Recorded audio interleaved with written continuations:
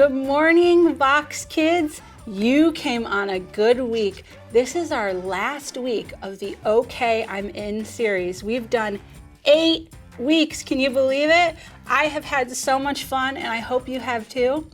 This week we've got something exciting. We're going to take everything we learned, all the past 7 weeks, all the new words, all the stories about Jesus, all of our life maps, my life map, Jesus's life map, and we're going to play a big game to review everything as a class. So you guys are going to have a chance to win some prizes and test all the knowledge and see what God's taught you over the last 7 weeks. Are you ready?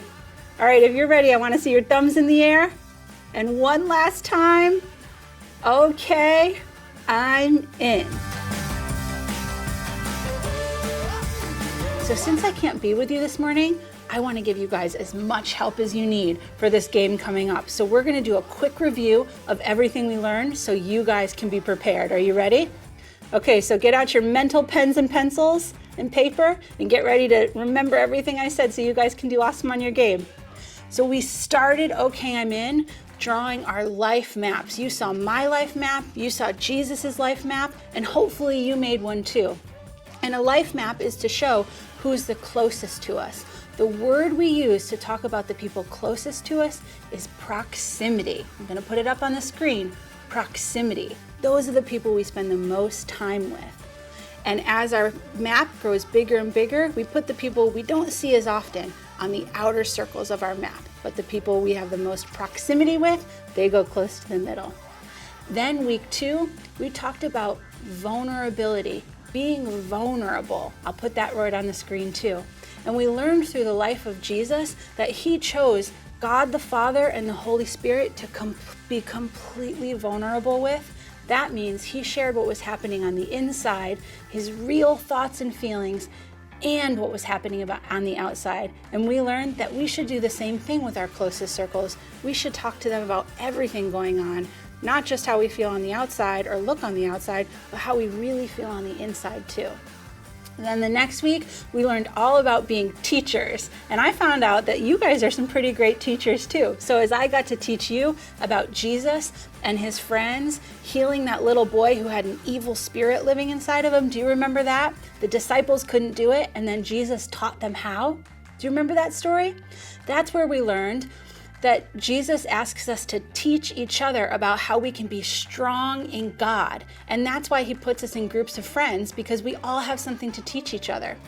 Then week 4, we're getting there, guys. Week 4, we learned about sacrifice, and we learned that we have things that we love and we want to keep, but when we give them away for the sake of other people, God blesses that, and it's actually more joyful to give to other people than it is to receive. So I bet you guys thought of some things that you could sacrifice for other people in your circle, or maybe other people that you don't know.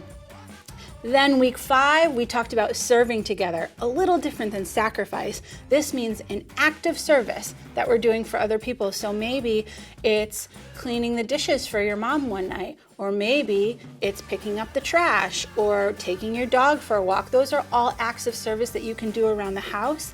But then we talked about how when you're standing arm in arm with your best friends doing things together, or maybe even your family doing things together, it bonds you for life, and you've got something special that you'll never forget. Do you remember we talked about Jesus and his disciples feeding the 5,000? That one of them couldn't have done that on their own, but with all 12 of them working together, plus the miracle of the bread and the fish that God provided, it created an experience that they'll never forget. And those men chose to serve together for the rest of their lives.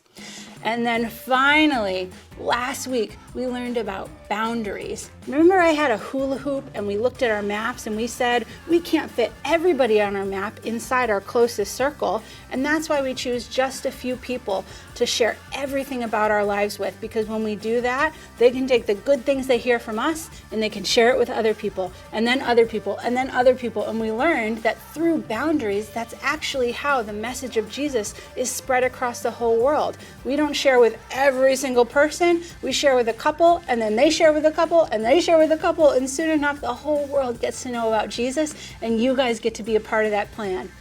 Whew! Can everyone take a big, deep breath? That was a lot of information. Ready? Awesome. Are you guys ready to play a game? All right, I'm rooting for you, and I'll see you back next week with our new series. Have fun.